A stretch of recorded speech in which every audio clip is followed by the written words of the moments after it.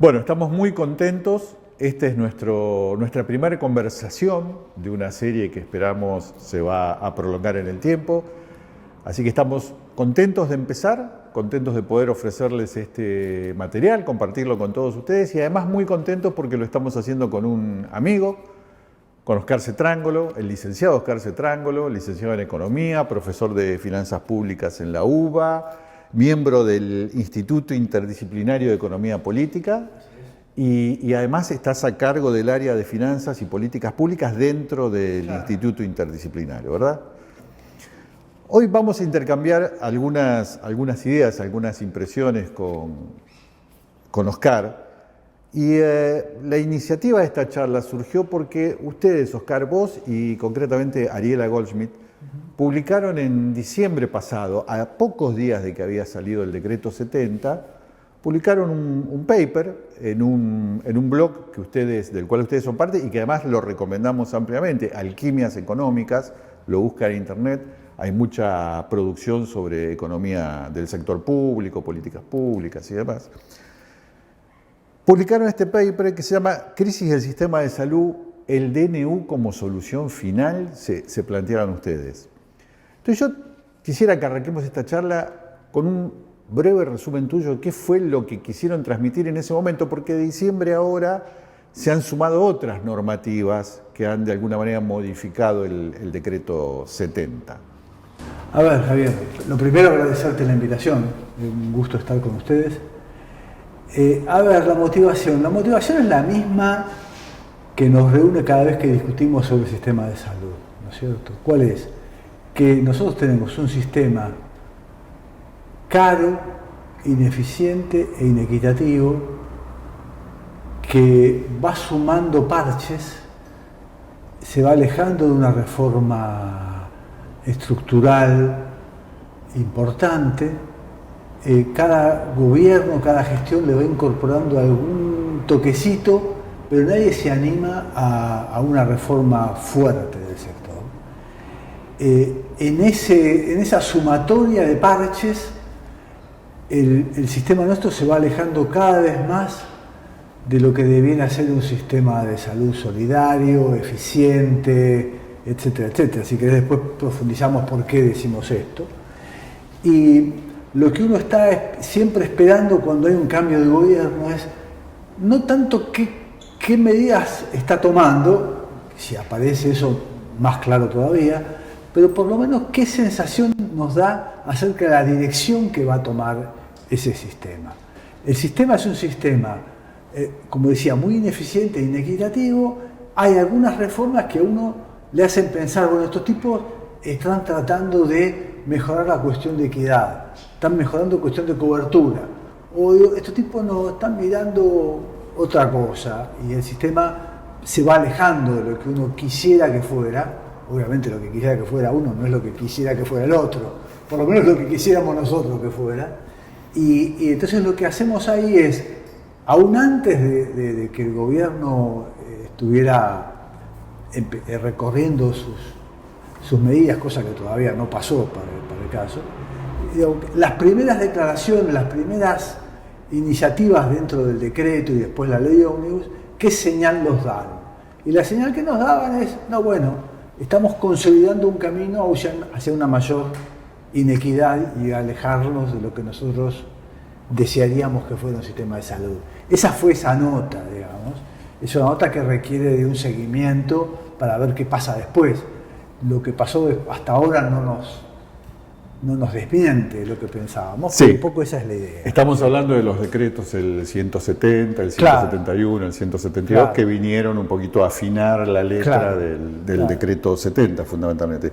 Hay en el paper, en un momento donde ustedes contrastan el concepto de casta política como responsable de las dificultades del sistema y llaman la atención sobre el hecho de que en realidad la génesis de esta fragmentación o del trauma inicial del sistema de salud tal como lo tenemos está en la época militar, en la época de Onganía. Claro, digamos, el caso argentino es un caso único. ¿Único en qué sentido? Cuando uno habla de un sistema de seguridad social en salud, ¿de qué está hablando? En cualquier país del mundo. Son sistemas en donde hay un financiamiento contributivo, o sea, los trabajadores contribuyen con su ingreso a un sistema en donde la cobertura no depende del ingreso de cada trabajador, sino de las necesidades de atención de cada uno. O sea, la idea tradicional de la Organización Mundial de la Salud, en general de las reformas, de que la cobertura tiene que estar siguiendo las necesidades y no el ingreso en salud. Y eso viene de una larga historia. Seguramente la fundación del National Health Service en Inglaterra fue un punto importante en la posguerra, y a partir de ahí hay toda una tradición de decir, mire, hagamos un sistema en donde la cobertura tenga que ver con la necesidad y no con el ingreso. Argentina ese camino no lo siguió. ¿Por qué? Porque a diferencia de otros países de América Latina, de casi todos, Costa Rica, Uruguay, quien sea, si bien había una fragmentación entre la cobertura del sector público y la seguridad social, sí, que en toda economía como las nuestras, con gran informalidad laboral, es un problema, dentro de la cobertura de los trabajadores en relación de dependencia, la cobertura era homogénea en los sistemas de seguro de México, Perú, Colombia, Chile hasta antes de Pinochet, Uruguay, etc. Argentina es el único caso en donde, además de tener los dos caminos, o sea, la duplicidad sector público y seguridad social, en la seguridad social eso surge de un acuerdo entre los sindicatos de aquel entonces y el gobierno militar, en un proyecto político bastante extraño, en donde se le daba la población cautiva de cada gremio a la obra social de cada gremio, precisamente, y cada gremio daba la cobertura en función de los ingresos de su propio gremio. O sea, un gremio de salarios altos, seguros, iba a tener siempre una mejor cobertura que un trabajador del gremio, qué sé yo, de la construcción. Había solidaridad dentro de cada gremio, pero ninguna entre gremios, salvo el trabajo de un fondo de solidario que se había fundado. Entonces, en aquel momento, fines de los 60, el gobierno de Onganía, el gobierno le da el manejo del financiamiento de la caja de salud a los sindicatos y le saca a los enfermos. Era un negocio fantástico. ¿Cómo le saca a los enfermos? Dice, mira, está bien, te doy el financiamiento, pero como yo sé que los que más gastan son los mayores, voy a crear un instituto aparte, a vos no te dejo los mayores. Los mayores los mandó al PAMI, que se financia con otro impuesto, con otras cargas. Ese fue un negocio que los primeros que lo denunciaron como problemático fue el mismo plan trienal de principios del gobierno de Cámpora. En la plataforma del plan trienal aparece la derogación de esa ley. Bueno, ahí, Oscar, parece una constante en la discusión sobre el sistema de salud o la organización de la salud en la Argentina, ¿no? Que es la interferencia o el rol primerísimo que juega la confrontación política en términos partidarios, porque ahí hay una interna dentro del propio Entonces, movimiento político. De hecho, en aquel momento aparece el CIS, donde trabajó Ginés, muy joven, estaba Neri, que yo, los sanitarios de algún momento que se oponían, pero digamos, ahí fracasó. Después hubo otro intento de ordenar de otra manera el sistema, ya con la vuelta a la democracia con Neri, que tampoco tuvo el apoyo político en aquel momento para avanzar.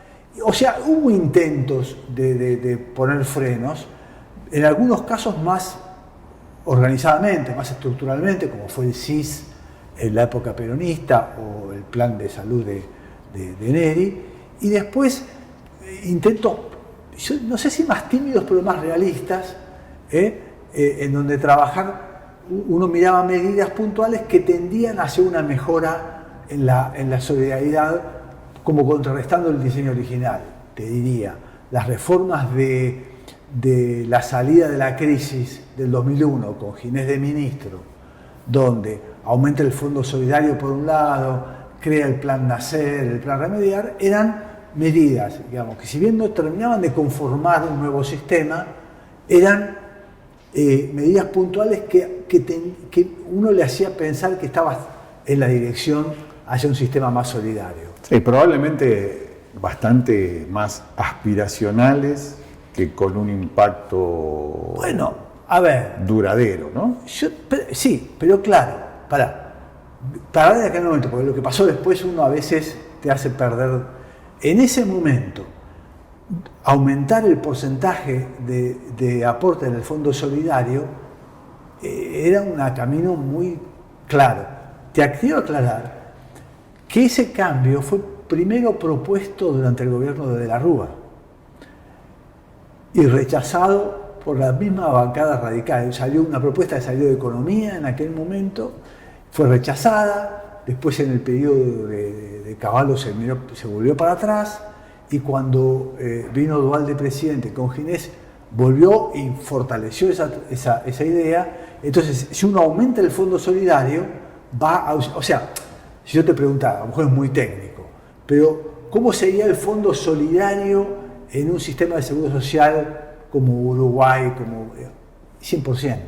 Entonces, si 100% es un Fondo Solidario a la uruguaya, digamos, y nosotros estamos en el 10, pasar del 10 al 20 al 25, va a ser la medida correcta, y eso quedó. Ahora, las reformas posteriores fueron tan salvajes y tan en sentido contrario que anularon, por supuesto, todo lo que uno hubiera esperado de ese tipo, ¿no es cierto? Bueno, ahora que vos hablás del Fondo Solidario de Redistribución, y volviendo un poco a la actualidad, a partir del decreto 70, el fondo se vería incrementado, porque ahora la medicina prepaga estaría aportando el 20% de todo lo que exceda aportes y contribuciones de las personas que hacen uso de la libre elección. No, el problema no es tanto quiénes aportan al fondo, sino cuánto aportan. Porque ahí, para entender eso, hay que ver qué pasó en el medio. Y en el medio, cuando yo te decía que las reformas posteriores licuaron estas medidas, estamos hablando del mundo de la seguridad social. Acordate que en la reforma de Ginés también estaba fuertes reformas en la salud pública con el plan Nacer, Remediar. Pero siguiendo con la seguridad social, el problema posterior es que se le empezó a permitir la entrada a las prepagas tomando aportes obligatorios, o sea, aportes que iban a las obras sociales saltaban a las prepagas, y a partir de ahí el descreme del sistema fue brutal. O sea que el sistema tuvo un descreme espectacular, y ahora no solo hay descreme, sino que además ni siquiera hace falta pasar por una obra social, lo cual puede ser que esté bien. Ahora, ¿por qué en un sistema de obras sociales una persona se hace dueño de su aporte? Eso no es un sistema de seguro social, es un sistema en donde lo que hay es una obligación de aportar, pero no vas a un sistema solidario.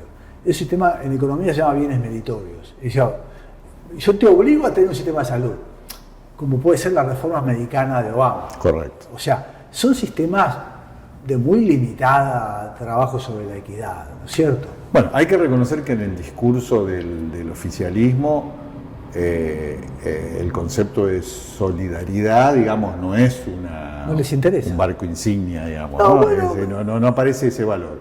Sí, el de la competencia, el de la calidad, el de la eficiencia, etcétera, etcétera. Fíjate, la desregulación es otro fenómeno argentino muy interesante, porque al final no terminó siendo lo que querían que sea. En la época de Caballo quedamos en un intermedio donde algunas desregulaban, algunas obras sociales, digo, otras no, y además con un costo de intermediación interesante, porque, digamos, ese mecanismo es pasar de una obra social a otra que sí tiene convenio con un prepago. Es un sistema... El sistema es totalmente disparatado. Opaco, disparatado, ¿no? Además, en ese sentido se sincera cuando uno dice, bueno... Sí, está bien, pero en un mundo en donde las reformas van para otro lado. Vos ves la reforma de Costa Rica, de Uruguay, de Brasil, qué sé yo, la región está mirando otra cosa. Está viendo cómo hacer para equiparar las coberturas. O sea, son países en donde los trabajadores tienen toda la misma cobertura, primero. Entonces, lo que ahora están trabajando es cómo hacer para equiparar la cobertura del formal con el informal. Nosotros no, nosotros estamos tratando de que cada uno se haga dueño de su cobertura. La idea, un poco libertaria, es que cada uno haga lo que quiera con su plata. Si vos querés comprar salud, y si no, digo, en el límite del pensamiento libertario debiera eliminarse el aporte obligatorio, porque en realidad estás interfiriendo con una decisión individual. Sí, si uno, como decimos, si uno lo lleva al límite, hay contradicciones. Yo creo que es el paso siguiente, pero hoy no puede, eso es especulativo. Lo que es cierto, que hoy lo que hay es nada, un afianzamiento de una lógica en donde se cree que el mercado resuelve esto. Lo que pasa es que acá entramos en una discusión más complicada, que es si hay o no hay falla de mercado. Bueno, estas cosas. Entonces, ahí te quería llevar. sí, claro. ¿Falla el mercado o no falla? Bueno, ¿Sabemos que el Estado falla o no? El Estado falla, obviamente. El Estado falla. Eso es una discusión muy teórica, digamos. Hay falla. ¿De dónde viene esto en la teoría económica? Digamos, nosotros tenemos un aparato muy sólido explicando que bajo ciertas condiciones un mercado en competencia perfecta asigna eficientemente. Que asigna eficientemente no quiere decir que sea equitativo, son cosas distintas. Nosotros separamos eficiencia y equidad.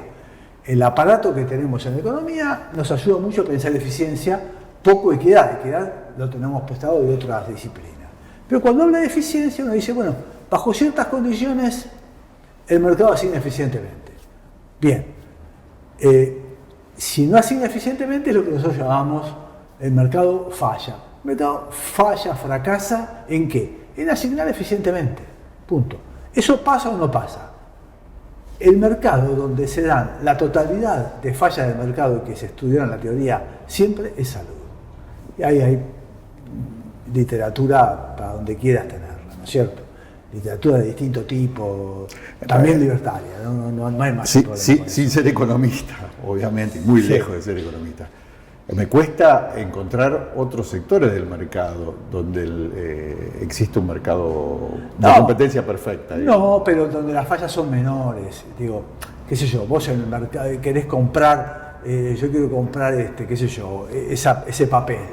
Bueno, hay un precio, otra librería, y más o menos sabés qué papel es mejor y si la diferencia de precio se acerca o no a lo que vos querés. Digo, no es tan difícil saberlo. Ahora, a mí me duele la cabeza. Voy al médico y me cobra, qué sé yo, ¿cuánto cobra una consulta un médico hoy? Vos sabés mejor que yo. 900 pesos, 900 por ejemplo, pesos, dentro de 3 meses. Voy a un médico, me cobra 900 pesos y me dice... No, perdona, vos no, al financiador. El financiador le va a pagar 900 pesos dentro de 3 meses. Bueno, no sé, pero digo, ponele que la consulta salga 1.000 pesos. Entonces, voy al médico y me dice 1.000 pesos, le doy 1.000 pesos y ¿qué hago? Me doy la cabeza, tomate un trafirol, un genérico, no quiero hacer un banda. Bien, paracetamol. Y me voy. Y digo, ¿tendrá razón o no? Entonces voy a otro que me cobra 5.000 pesos. Y me dice, ¿sabés que yo te veo? Voy a decir barbaridades porque no soy médico. Está bien. No, te veo que el ojo lo tenés medio caído. Debe tener un problema hepático. ¿Por qué no te haces una resonancia para ver? Eso es y la consulta y 5.000. La resonancia, 20.000. Ajá. Y te quedás, y un amigo te dice, no, mira, el que sabe de eso es tal. No, podés tener un tumor, tenés que hacerte, y ahí te gastás 100.000 pesos. Ajá. ¿A quién le haces caso? ¿Qué información tienes? O sea, en otros mercados, por ejemplo, la asimetría informativa, que es uno de los problemas de la falla del mercado, en otros mercados se va resolviendo. En la salud, la asimetría informativa es la esencia del mercado.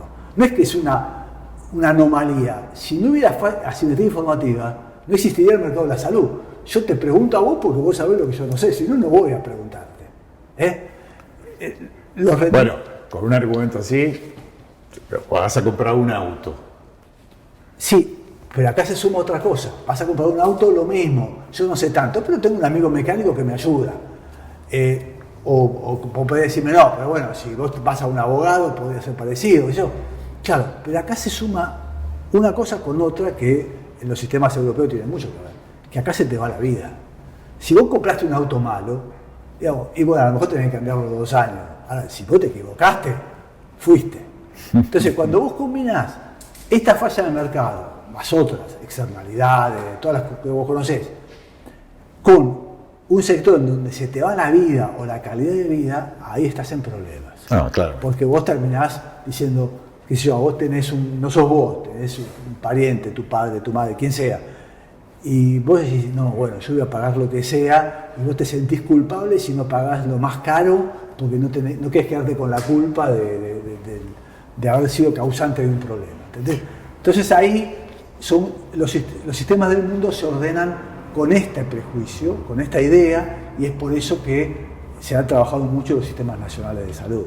Ahora, Oscar, que la idea de la competencia y del mejoramiento del servicio en general y particularmente del servicio de salud por la vía de la competencia y del tener que esforzarse por recibir recursos del sistema.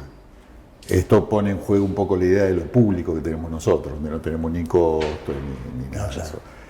¿Qué lugar debiera ocupar esta idea de mejorar, de los incentivos objetivos a la mejora de la calidad y la cobertura? ¿Qué lugar debería ocupar en un modelo más solidario? ¿Qué lugar podría ocupar en un modelo solidario? Porque hasta ahora la experiencia nuestra, y por eso yo te decía, sabemos que el Estado falla, digamos, es que la verdad que el principio de solidaridad se quebró hace muchos años y fue empeorando. La calidad es absolutamente despareja. Hay ámbitos de altísimo nivel de calidad, pero hay muchos ámbitos de pésimo nivel de calidad. La cobertura es absolutamente despareja, irregular, entonces es difícil. No, espera. Lo primero que te quiero decir es que ninguna teoría puedes testearla contra lo que pasa en la Argentina. Estamos en un país, nosotros creemos que todos los países del mundo pagan el 82% de jubilación, que todos los países del mundo tienen obras sociales sindicales, nada. Somos distintos y así nos va. Dicho eso, te diría, y volviendo a la cuestión teórica que vos querías plantear de falla del Estado, falla del mercado, el debate falla del Estado, falla del mercado es un debate muy antiguo, pero que tuvo mucha fuerza en la década de los 80-90. De hecho, uno de los textos tradicionales, muy fuerte en esa discusión, fue el documento del Banco Mundial del 93, creo, sí. Invertir en Salud, que tiene un capítulo teórico sobre las fallas del Estado y las fallas del mercado. Obviamente, a todos aquellos que están en contra de la intervención pública, que en general son los sectores que no quieren pagar impuestos, básicamente hay un interés ahí, tratan de empatar una con la otra. ¿No es cierto? Hay dos cuestiones, la teoría y la práctica. En la práctica, esto fue muy importante, la teoría esta de la falla del mercado, que es la teoría del public choice, hay Buchanan, Peacock, hay economistas notables, señalaron la falla del Estado y eso ayudó mucho a mejorar las políticas públicas. O sea, antes, si uno va a la prehistoria, en la educación, por ejemplo, uno iba al colegio que le quedaba cerca, no podía elegir. El médico era el que te quedaba en tu... A partir de ahí, Inglaterra normalmente fue pionero, pero muchos otros países empezaron a hacer competencia público-público.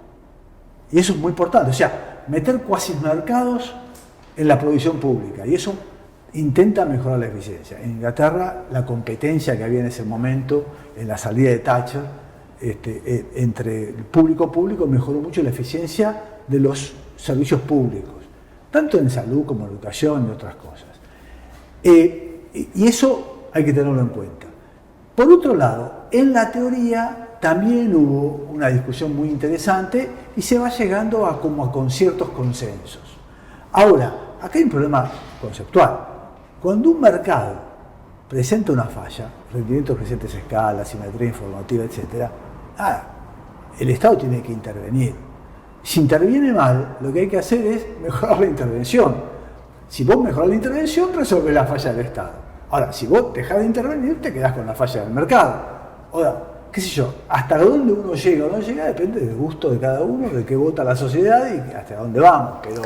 Pero no es una solución olvidarse de las fallas del mercado porque el Estado las resolvió mal. Bueno, hay que ver qué Estado resolvió esa falla de mejor manera. Entonces, cuando uno va a países más ordenados desde el punto de vista de la salud, lo que tenés son sistemas de competencia hiperregulados. Por ejemplo, no todos los sistemas en Europa son con provisión pública, como el inglés.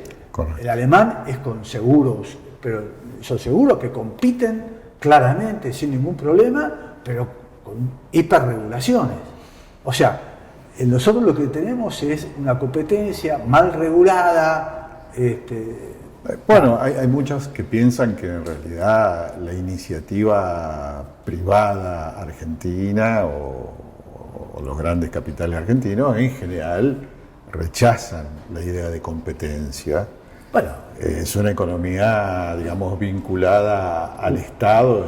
Una vez que vos te apropiaste de una renta, no querés cederla. ¿no es cierto? Exacto. Bueno, es la historia de todos los mercados. O sea, habría que reformular o replantear la lógica del funcionamiento institucional, ¿no? Esto involucra instituciones constitucionales, la justicia, las legislaturas. A mí lo que más me preocupa cuando llegas a este punto es cuando el debate es de eslogans y no de política. Porque digamos, yo creo que hay que discutir esto, qué hacer con la asimetría informativa, cómo regulás a las obras sociales. Pero, Oscar, ¿en qué ámbito podemos discutir esto en la Argentina?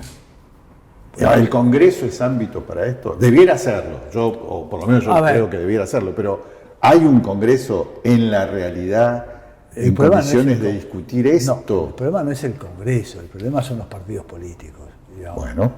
O sea, el Congreso recepciona a políticos que vienen supuestamente de partidos políticos y tienen una forma de tratar cada problema. Cuando vos lo que tenés son políticos que siguen las encuestas y que dicen lo que hay que decir para ganar un voto o no voto, bueno, ahí estás perdido. Sí, llegamos a que la decadencia política nuestra es tremenda. Alguien puede decir, bueno, pues esto pasa en todo el mundo, está bien, pero al nivel de donde pasamos nosotros me parece que no. El nivel de problemas que tenemos nosotros es más grande que en otros países y no sé, digo, la sociedad está discutiendo mal estas cosas. Tenemos que ver nosotros, obviamente, el mundo académico claramente no logró transparentar o visualizar este tipo de debates, alguna responsabilidad debemos tener, los medios de comunicación sin ninguna duda y los partidos políticos ni qué decirlo. Pero bueno, el debate debiera ser un poco más enfocado a la resolución de los problemas, más pragmático y menos cargado de una ideología y prejuicios, ¿no es cierto? Clarísimo. Para cada problema hay unas soluciones para discutir. Clarísimo. Bueno, nosotros tenemos que ir cerrando, pero para darle un final a esta charla, que por supuesto podríamos seguir mucho tiempo más. De hecho, por ahí la seguimos café por medio, después le contamos a nuestros amigos. ¿Cómo ves vos el futuro inmediato desde la perspectiva de salud específicamente? ¿Qué pensás que va a pasar en el corto plazo en salud? En el corto plazo no soy muy optimista. ¿Por qué? Porque hay algo que no hablamos, que es que hablamos de la historia previa, pero no hablamos de cómo estalló y el estallido actual del sector y la mayor presencia de este problema tiene que ver con la crisis macro. La crisis macro está pegando muy fuerte en el sector. Fíjate que en la seguridad social, la ecuación de una obra social, que es ingresos en salario, gasto en salarios y tecnología. Entonces, el salario en dólares es lo que está definiendo la sanidad financiera del sistema de seguridad social. Ahí tenés un problema. Cuando ese problema estalla, hay una expulsión de prestaciones, a veces de afiliados o de algunas prestaciones de los afiliados que tienen que pagar su bolsillo o ir al hospital público, y cuando van al hospital público se encuentran con una crisis fiscal atroz y un desentendimiento del gobierno central sobre la problemática de las provincias, en donde la salud está descentralizada con capacidades muy diferentes. Entonces,